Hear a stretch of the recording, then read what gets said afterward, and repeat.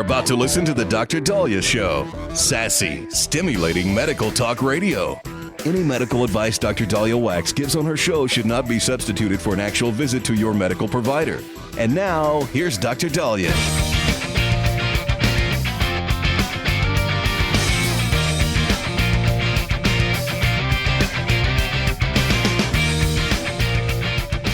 Welcome back to the Dr. Dahlia Show, 1-877-Dr. 1-877-DOCDALI. So breaking news this morning were divided Supreme Court decisions as it pertained to birthright citizenship, biological men playing in women's sports, and not very surprising, the Supreme Court upheld the broad conception of birthright citizenship, where if somebody is illegal or on temporary status in America, if their child is born within the United States, they will be American citizens. This had to do with the wording of the 14th Amendment that was adopted after the Civil War.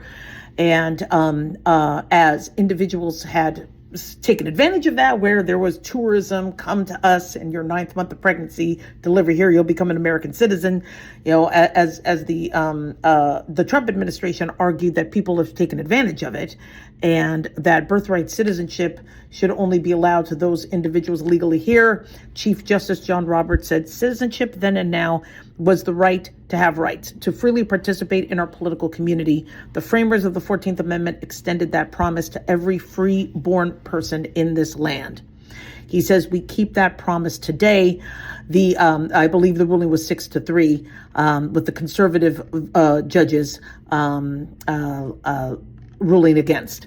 It's tricky because, I mean, I've delivered babies and it was probably one of the most rewarding things in my medical career to deliver babies. And one of my listeners had asked about a week or two ago, what happened when we had somebody who was here illegally? How did it work in the hospital? So I delivered whoever needs medical care, I'm jumping in and delivering. I don't assess the status. I don't check. My job is to be the doctor. The hospital's job is to, verify identity, name the child, do the birth certificate, etc. And, from what I understand, this is something that has been, longstanding. Pregnant woman here giving birth, we take care of that mom. No questions asked. We don't collect. Somebody's in labor. It's an emergency. We'll take care of them. We're going to try to save the baby and save the mom.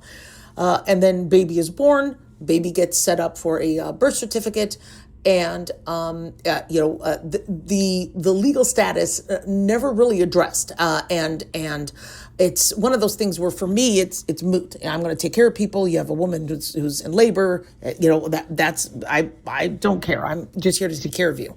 But where we are today is the numbers that we've been taking in and that we've been, is starting to become a concern. And when you have X number of resources and you are, trying to take care of children and do Medicaid and CHIP and medical services and formula and vaccines, etc. I never wanted us in this position where we have to ration, where we have to triage, but this is where we are.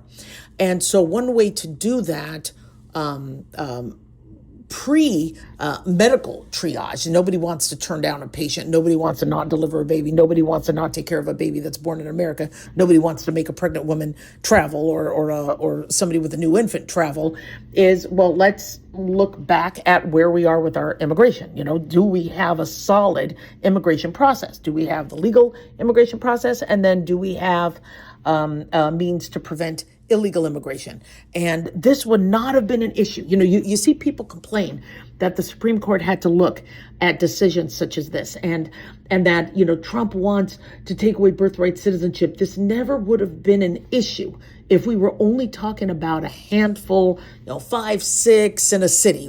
But because it has, now we have the concept of anchor babies, where somebody could come here illegally. If they have a baby here, now the whole family gets to stay because they're taking care of that baby. And as a mom, as a doctor, I feel one way about it. But on the other end, if we're looking at the long game and how other countries do it, and what is the least chaotic, least drama way to be managing how we deal with, illegal immigrants or undocumented immigrants and, them having children and resources is we need to solidify the border. We need to solidify and strengthen, our immigration laws. And the what happened with the last administration, you see how damaging it is. And I don't know if it was Biden that orchestrated it. I mean, whoever was running the Biden administration knew exactly what they were doing. Where how do you now deport? Let's just bring everybody in, let everybody complain, nobody's going to jail over it, let everybody, and then leave it on Trump to deport. And if Trump can't deport, then we have future votes. And it's frustrating because we have children in this. My concern as a physician is what happens if that child is 4 or that child is 8 and the laws change. The Supreme Court right now upheld that, you're born here illegally, you come from parents who came here illegally, you're allowed to stay. You become a citizen. But what if that changes? What if another argument comes up and they say, actually, this is what's happening? And then, what about the future citizenship? I told you when my father came to this country, even though he could have gotten married first to get in or whatever, he wanted to go through the proper process and get the official citizenship by learning the language, taking the class, etc., because he didn't want there to be any chance of him later being deported.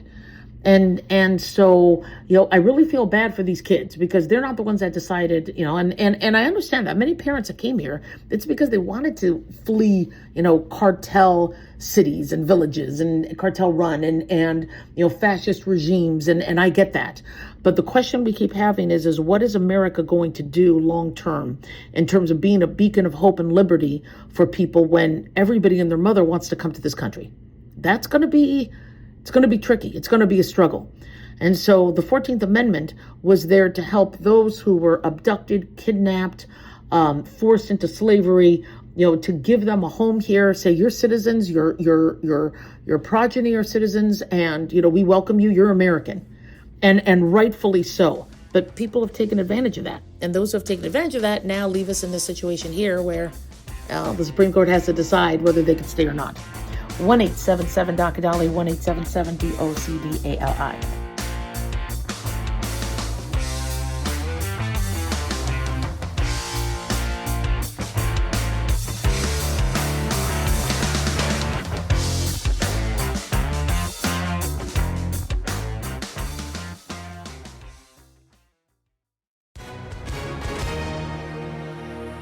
Hi, everyone. If you've been injured in an accident and think you deserve compensation, listen up.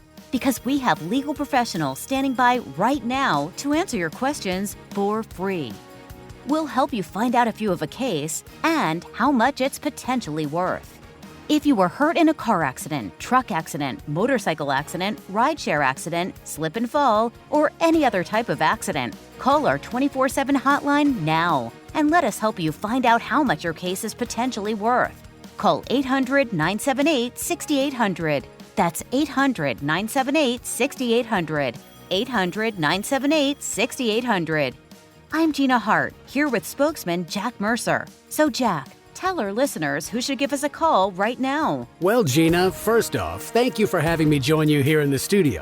It's always great to answer the listeners' questions. Now, as far as who should call in, anyone who's been injured in an accident and think you deserve compensation, give us a call right now. The call is free, the consultation is free, and with our no-fee guarantee, you pay nothing unless we win you money. That's great advice. Thanks, Jack. And is it true that the Legal Help Center is open 24/7? That's right, Gina. We're open anytime you need us, 24 hours a day, 7 days a week. So if you or someone you know were injured in an accident of any kind, call now and let us help you find out if you have a case and how much it's potentially worth. Call 800-978-6800. That's 800-978-6800. 800-978-6800. Advertisement sponsored by Legal Help Center. Not available in California. May not be available in all states.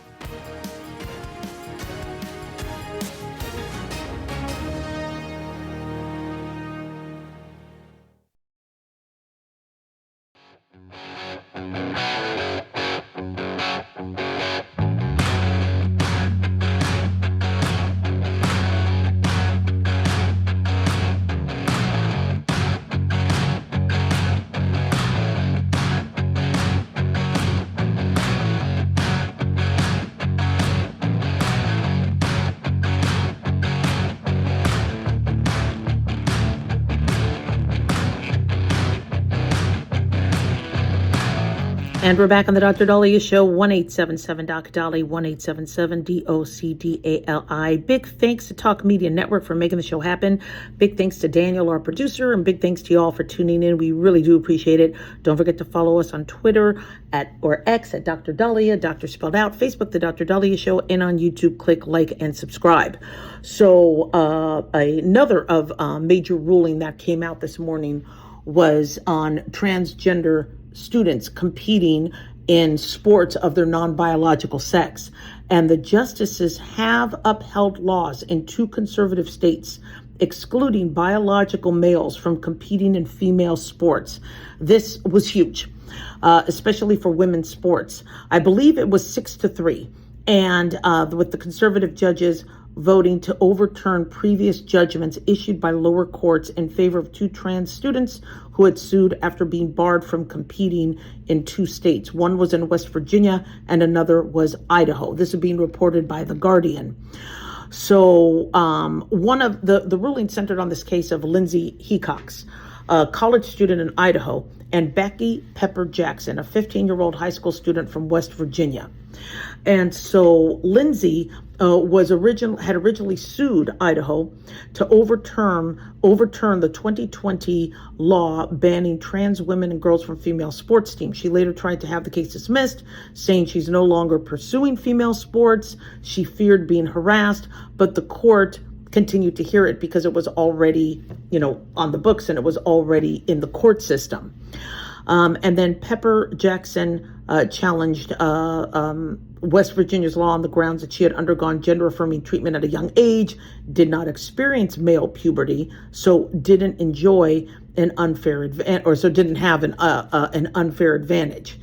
And so this is going to be huge in terms of where we're going in terms of, women's safe spaces and locker rooms and bathrooms. Even though this has to do just with sports, this may lay a precedence to a lot of, what was going on. This is something that, again, we would have never seen this. Just like what I talked about with birthright citizenship. This is something that would have never made the docket, never even been an issue. We've had, gender dysphoria. We've had individuals who transitioned. This is something we've seen, for decades. But the question came up, well, what's going on with sports? So when you see how Leah Thomas didn't do well as a biological male, but then ends up winning heats and winning races swimming as a transgender female, that case, as well as many others, started to raise the question. Now, where does this go? Do we go now to genetic testing? Do we, and I'm not a fan of genetic testing. And the reason why I'm not a fan of genetic testing, I want fairness to women's sports. Biological males should not be competing with biological females. But the concern I have is when you see 1% of the population could be born intersex or hermaphrodite. And when these babies are born with male and female genitalia, most of the time the family and the doctor decides to raise that child female, remove the testes so they don't turn cancerous, and it's very easy for that child to then grow and appear female and live a very fruitful life as a female. Many of them do have infertility. So they're dealt a bad hand where they can't have children. However, on the upswing, many of them are very athletically inclined. And so what might be a curse to them could become a gift to them where they can excel in sports. The problem is many of them might not know their genetic karyotype, and they may not know if they're XX, XY. And so I know I believe the International Olympic Committee has already ruled against biological males being in female sports. And I believe that there may be gender testing coming up, or not yet, biological sex testing. So that could be tricky because some of our very loved athletes might not know. They might want to test or have honest conversations with their family so that they don't get publicly, outed. There's not going to be a lot of privacy if you have a female athlete that gets tested and then, they have to, not compete in the Olympics because of their genetic testing coming out XY. And as a doctor, I mean, I don't care if you're XY, XX, but what concerns me is somebody who, sees the advantage of, what, I could get into women's spaces. It's the fake ones. The true gender dysphoria patients, very small population of true gender dysphoria patients. They need help. They struggle. They, want to transition quietly. They don't want the whole world knowing that they transition. They want to, be accepted in the world, for being, who they really feel like they are inside. They're not the ones asking to be. It's a select few that are taking advantage of the situation, saying, I could actually get endorsements. I could make money. And if all I have to do is be a female, or be somebody else, why not? Well, now that puts everybody else at a disadvantage. And, we've been promoting safe spaces. We've been urging, that we, cut back on our increased security measures to minimize assault. And one thing we teach, women is if, somebody enters, your safe space and they're not supposed to be there, already get your guard up. You could hit your emergency button, you could get out your spray or your knife or weapon or whatever, and you can, and now we've desensitized women to, well, you're going to see a man in the women's bathroom. You're going to see a man in your shower. You're going to see a biological male in a space. They're going to walk in, and don't let that alarm you, because if it does, then you are, homophobic, or you're and that's a concern, because, sometimes seconds count. And if there is a predator, and they're pretending, to be transgender, or they're just, I'm going to take advantage of the situation because it's a neutral bathroom. That's an issue. As I've said, if the courts can't figure this out, and if people are struggling, going one way or another, the schools should have. I really like the restaurants that have single-use bathroom, where you don't have to go into a place where there's multiple stalls. I think that could really minimize a lot of the assaults, a lot of the predators. I'm not saying transgender individuals are doing that, but there's predators who now feel like they could walk into a female bathroom. Having single use rooms. Same thing with shower, locker rooms, things like that. The idea of, we're going to just have this big open space, might not, is, I think, one of the issues that these schools are kind of falling all over each other with. And this Supreme Court ruling, I don't believe, addresses what happens now in schools in terms of safe spaces for women, but it does address the sports. And with men not being allowed to compete, biological men not being allowed to compete in female sports, that can now at least preserve the female locker room, the female showers, and some female bathrooms. And as I said before, I have a transgender individual in our extended family. I have friends and family in the LGBTQIA plus community. These individuals aren't the ones that are the average transgender individual is not asking for this. They want to, they're not doing it to take advantage. They're the idea, well, a transgender individual has every right to do sports. They do, but do it like we do with our, our boxers or our weightlifters, or our, it's by your weight. It's by you got your heavyweight, you got your lightweight, or it's by your sex, your true biological sex. We've changed the term of gender where people could identify as female or male, but your sex, your XX, your XY, and some people are X, Turner syndrome, some people are X, some people are XXY, Klinefelter, things like that. Yes, I understand that some people could have different karyotypes, but from biological sex, the majority are XXXY, and then you have your gender identities, and your gender identities should not affect other individuals. You identifying as, is a very personal thing. It's and most transgender individuals I know, very personal. Don't want people knowing that they're transitioning. This is for them, and they're going to live their life alone, not affecting other people. So I think the Supreme Court got this right. We're going to, see what happens in terms of how things change. But like I said, one concern is what happens with, because people took advantage of the situation, now many sports authorities are going to say, well, what we're going to do now is we're going to test everybody. And so for those individuals who, like I said, are intersex, that could be a little tricky, because individuals who are intersex usually have very private lives with, who they are biologically. So we'll keep you posted on any more breaking news as it comes out today. Busy day. 1-877-DOC-DOLLY, 1-877-DOC-DALI.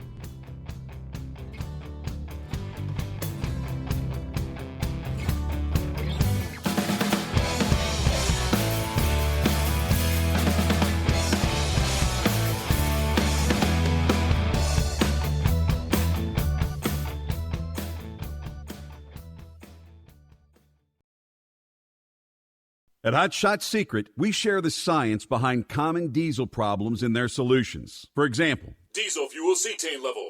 in many states, the cetane rating in diesel fuel is 42 to 45. Most diesel engines operate more efficiently with a cetane rating of 48 to 50. One treatment of Hot Shot Secret Diesel Extreme will raise your cetane 7 points, increase fuel economy, and improve cold starts. Due to a cleaner burn, there are less hydrocarbons and particulate matter in your exhaust. This reduces the blockage of your diesel particulate filter. Using Diesel Extreme generates 83% less DPF regenerations. The 6-in-1 Diesel Extreme formula also includes the most concentrated detergent on the market, lubricity enhancer, water demulsifier, rust and corrosion inhibitors, and a fuel stabilizer. Hot Shot Secret Diesel Extreme is available nationwide at truck stops, fine farm and auto stores, and online at hotshotsecret.com. Hot Shot Secret, powered by science.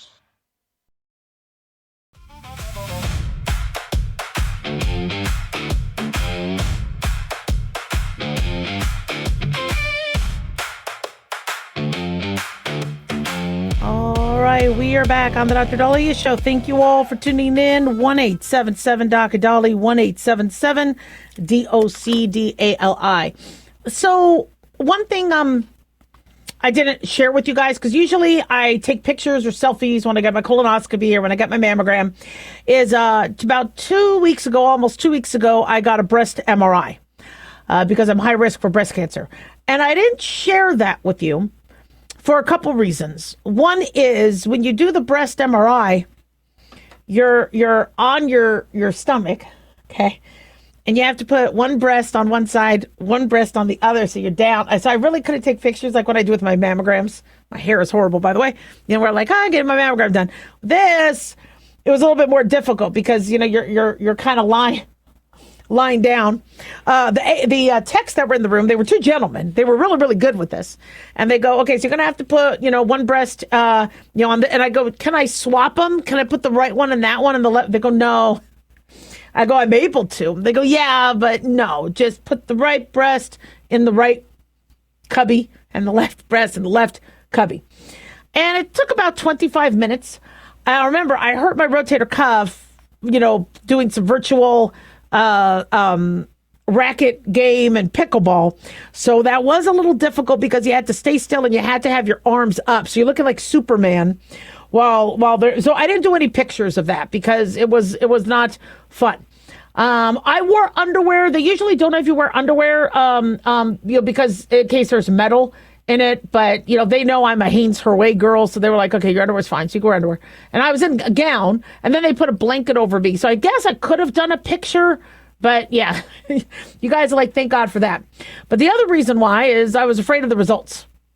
Why would I be getting a breast MRI when I've been doing my mammograms and I've been doing my ultrasounds? Well, when you're at high risk for breast cancer, there's mammography, which is fantastic, ultrasound, especially if you have dense breasts. But if you satisfy certain criteria, they're going to want to pick up on the breast cancer as early as possible. So those who qualify are those who have the BRCA1, BRCA2 gene mutation. Now, I don't have those, thank God. But because I have a family history of breast cancer, that already puts me at risk.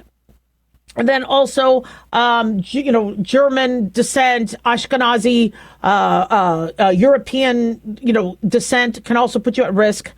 What minimizes your risk is if you breastfed, which I did, had babies, didn't smoke. There's a lot of risk factors for breast cancer.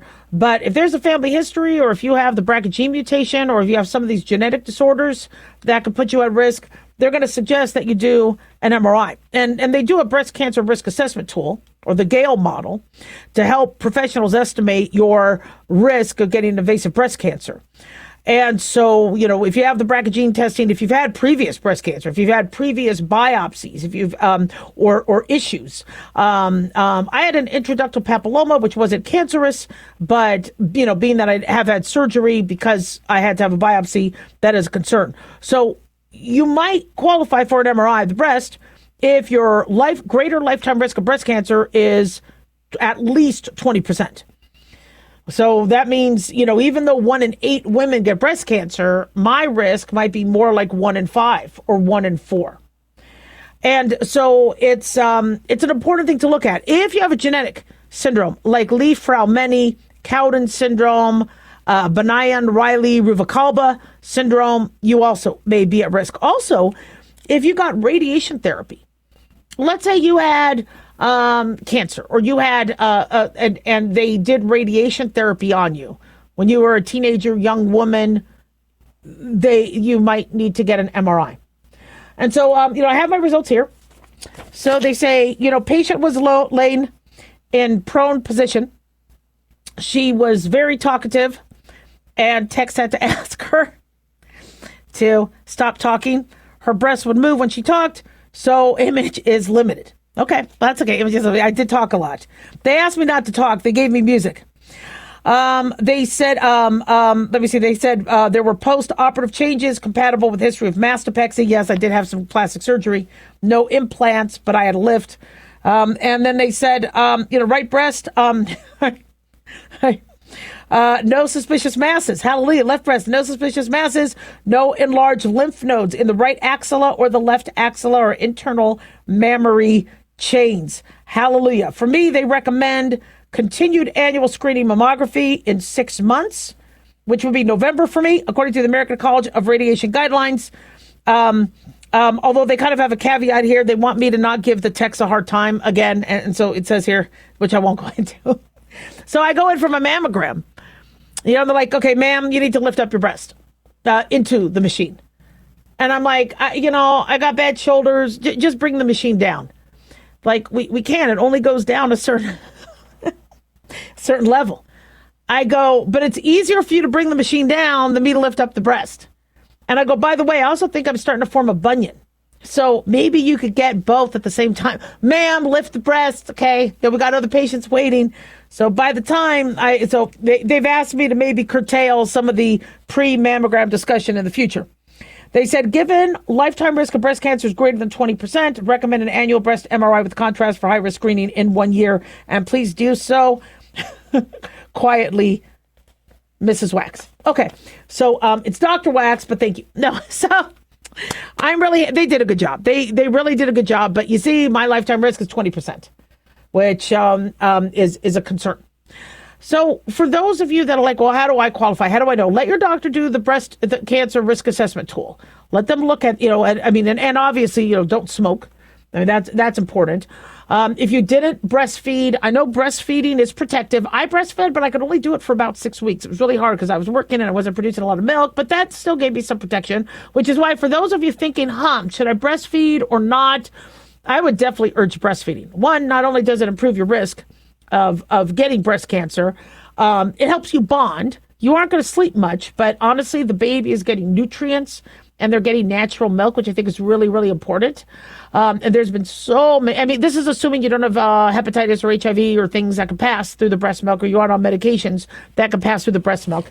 But a biggie is, look at what happened when the Abbott production company for formula had to close because they thought there was a Chronobacter Nakazaki outbreak. And from what I understand, Abbott Pharmaceuticals said that the inspection said it wasn't from there. They were able to reopen, but we had such a massive formula shortage that I'm now seeing a lot more women breastfeed. They're like, I want to make sure my baby can eat because, once you dry up your milk, it's almost impossible to get your milk to come back again unless you're pregnant again. I mean, there's ways to do it to get you lactating again, but it's harder. So if you're able to breastfeed, do it. Especially, in case we have another shortage and it's really healthy for baby. It's talk to your medical provider. Now, how much was it? Again, I have an Obamacare high deductible plan. So my out-of-pocket cost was still at least $500. But I got my deductible. I don't know why the plans are still crappy. We got to probably do something with the subsidies and get insurance to stop. But so my out of pocket cost was about $500. However, you might have better insurance. I mean, a non-Obamacare plan, and or you might have had a employer-based plan with the lower deductible, so that it might just be a copay. But and people always ask, well, why then are you doing that? Then why not do mammograms then? Why not just do MRIs? Why would you do mammograms, et cetera? Because still, mammograms are the standard. And mammograms are a fantastic tool. Mammograms are really, really good. We've gotten really good at picking up breast cancer on mammograms. And if you have dense breasts, then we also ultrasound. So these things are excellent. You could get an MRI once a year, but I would not skip. The mammogram. The mammogram is crucial. It's important. And so I kind of like what we're doing now, and who knows, it might change in 10 years, but where your high-risk people get their mammogram and ultrasound, and then they get an MRI at the other, part of the diameter of the year. So every 6 months, somebody's watching you, so that, God forbid, you do get it. We could catch it at stage 0. 1-877-Doc-Dolly. Don't go away.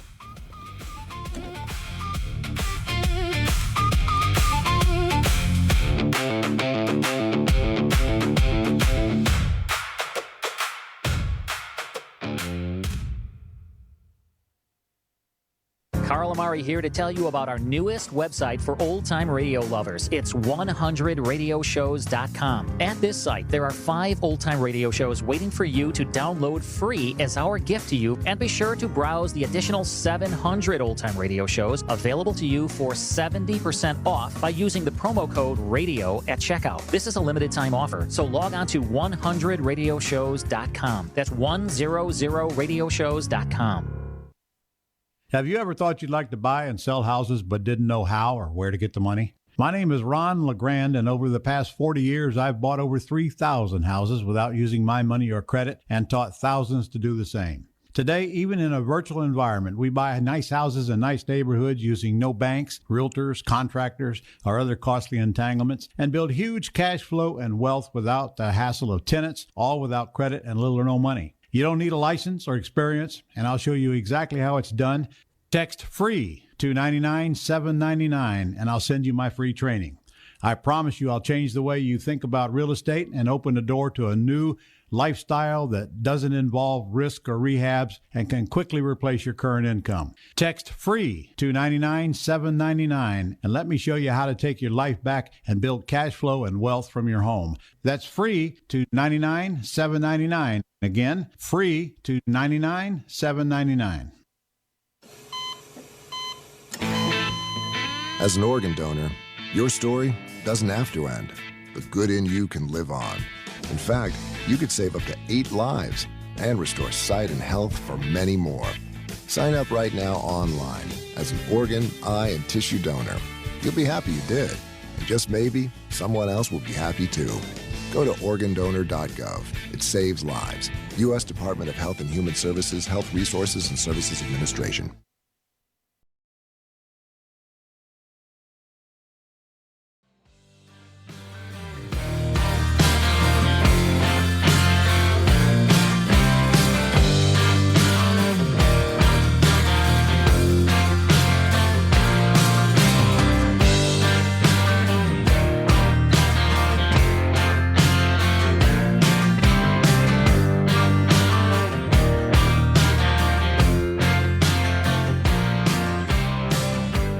We're back on the Dr. Dahlia Show, 1-877-Doc-Dolly, 1-877-DOCDALI. Big thanks to you all for tuning in. We really do appreciate it. So as you know, I have cats, dogs, birds, fish, every animal. But I got to tell you, my cats, oh, they're something special. Every cat parent knows their cat's special. And this summer, it's official because we have the inaugural Perfect Choice Awards.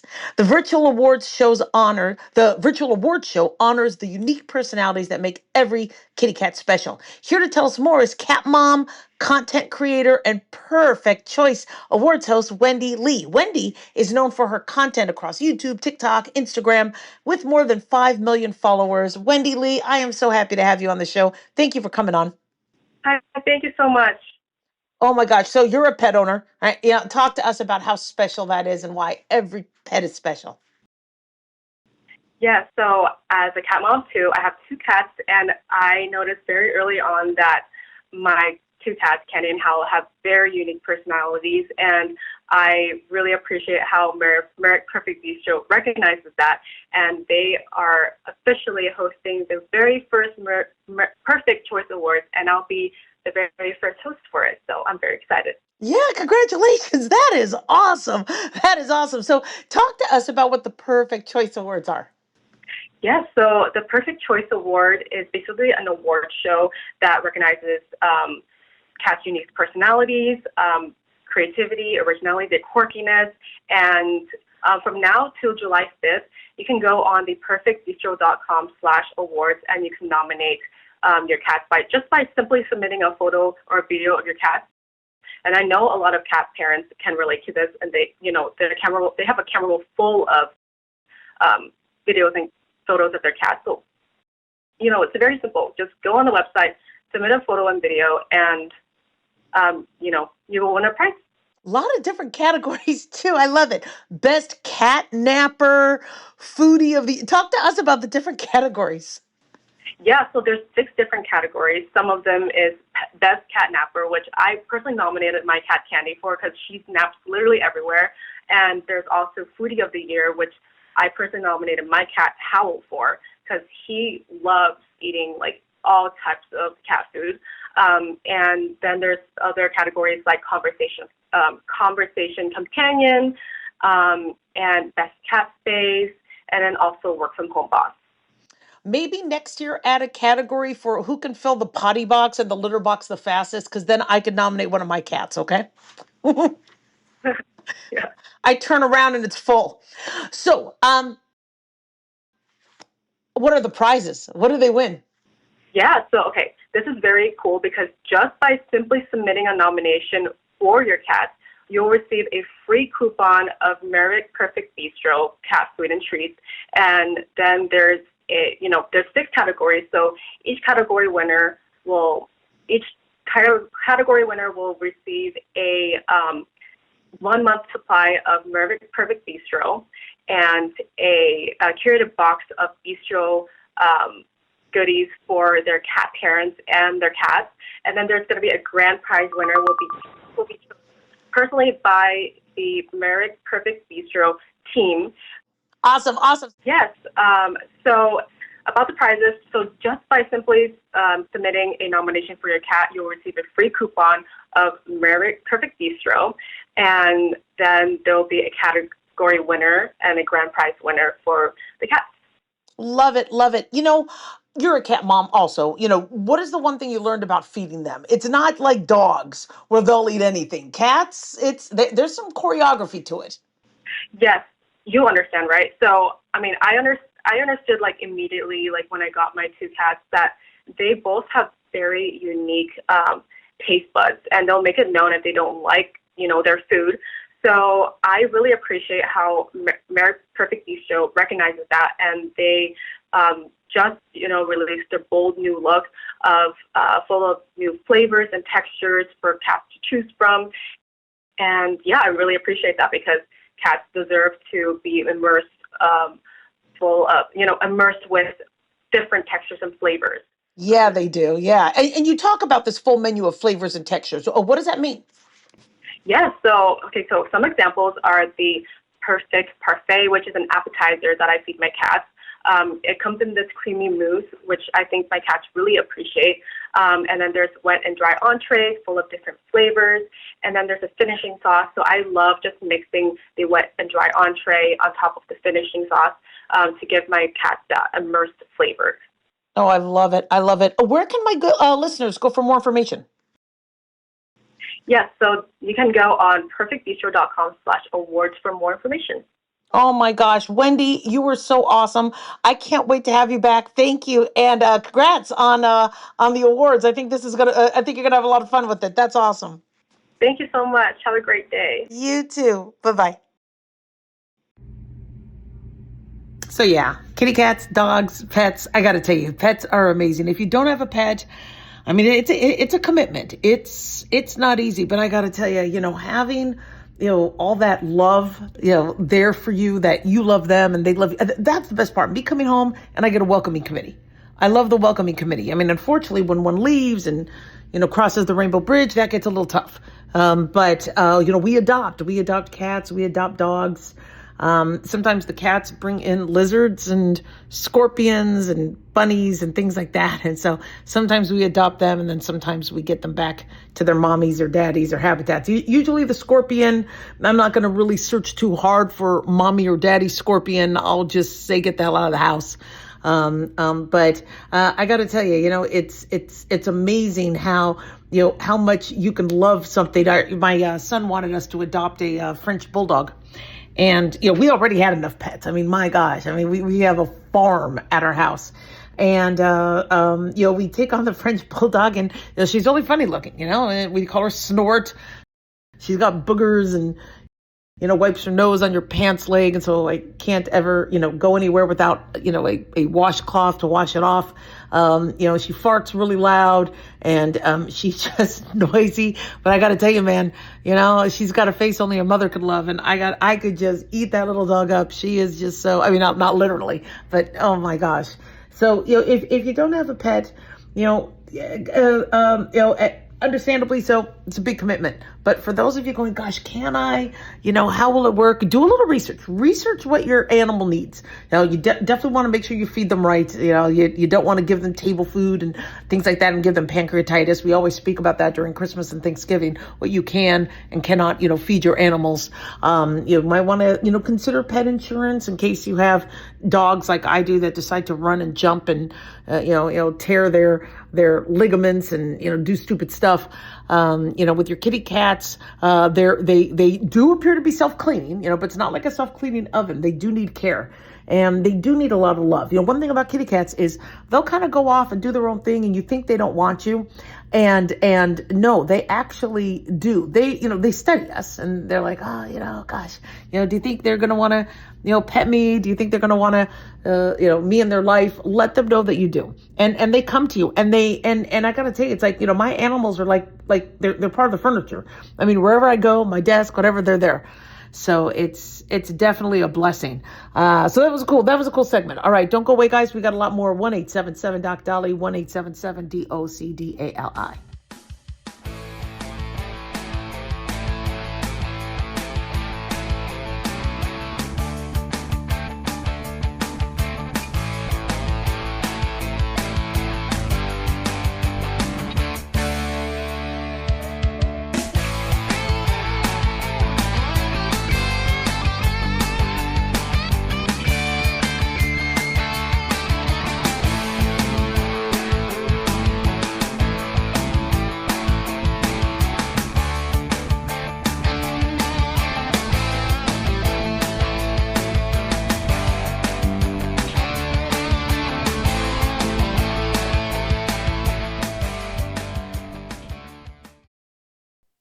Looking for an easy read that can actually help secure someone's future? Pick up a copy of Mark Falter's book, Common Sense Income Strategies. For the past 30-plus years, Mark has helped thousands of hardworking Americans secure their financial future by using strategies that continue to create wealth, whether the market is up or down. Strategies that will make perfect sense once you take the time to read this powerful book. Common Sense Income Strategies brings to you what Mark has been teaching in person and talking about on the radio for decades. It's not rocket science, it's a pretty easy read. You've worked too long and too hard not to see the fruits of your labor. Common Sense Income Strategies is available now on Amazon or by calling 866-764-2635. That's 866-764-2635. Common Sense Income Strategies by financial fitness show host Mark Falter. Secure your financial future today.